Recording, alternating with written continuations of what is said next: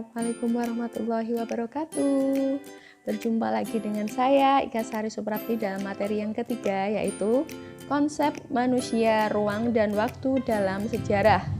Ruang lingkup sejarah memang luas dan mencakup hal-hal yang telah terjadi, baik sebagai peristiwa atau sebagai studi. Selain itu, terdapat 3 ciri-ciri sejarah yang utama yang telah kalian pelajari di materi sebelumnya, yaitu 1. Unik atau enmalik, hanya terjadi satu kali. Suatu peristiwa tidak akan bisa diulang kembali. Suatu peristiwa sejarah pasti hanya satu kali terjadi. Yang kedua, abadi, telah terjadi dan tidak bisa diubah, serta penting, memberi pengaruh besar bagi manusia. Terdapat juga sejumlah karakteristik dan unsur-unsur sejarah yang jumlahnya ada 3. Terdiri dari manusia, ruang, dan waktu.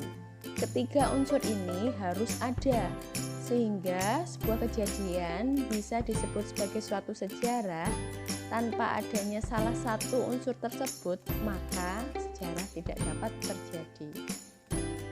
Unsur sejarah yang pertama adalah manusia. Manusia adalah unsur sejarah yang paling utama. Sejarah selalu berkaitan dengan manusia, karena manusia adalah pelaku dan objek utama dalam kejadian bersejarah. Pelaku bisa dikatakan sebagai suatu aktor. Manusia dalam peristiwa sejarah memiliki peran yang sangat penting karena di dalam sejarah manusia berperan sebagai subjek dan objek. Sejarah itu pun ada karena adanya manusia yang berperan pada terjadinya suatu peristiwa. Jadi, kalau tanpa adanya manusia, sejarah tidak akan terjadi. Karena manusia itu sebagai aktornya, sebagai pelakunya dalam suatu sejarah.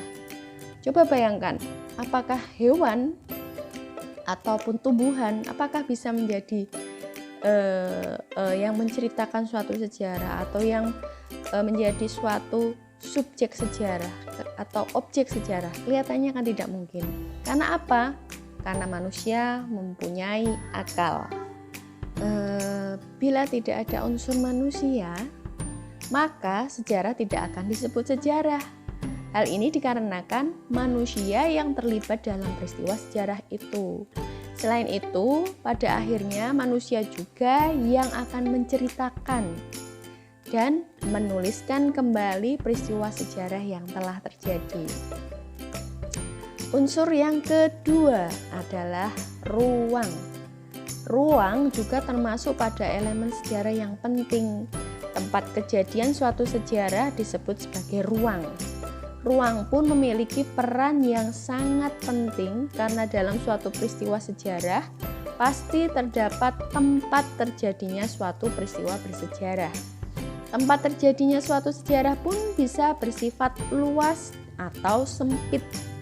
Contohnya, ruang terjadinya suatu kejadian sejarah adalah sebuah negara. Negara Jerman, negara Indonesia, negara Malaysia, dan lain sebagainya. Ataupun kota Jakarta, kota Malang, kota Kudus, dan lain sebagainya. Kemudian misalnya medan perang, medan area, pertempuran Surabaya, pertempuran 5 hari di Semarang, itu ya contohnya. Kemudian lapangan hingga ruang-ruang sempit seperti rumah, kamar, atau sebuah lahan dengan area yang terbatas. Misalnya kalau untuk ruang sempit bisa saja peristiwa Rengas Dengklok itu berada di suatu ruangan, atau peristiwa penulisan proklamasi di rumah Jenderal Maida, seperti itu. Oke, unsur sejarah yang ketiga adalah unsur waktu. Unsur sejarah yang juga penting. Waktu memiliki peran yang penting dalam unsur sejarah karena dengan waktu kita dapat mengetahui kapan suatu peristiwa sejarah terjadi.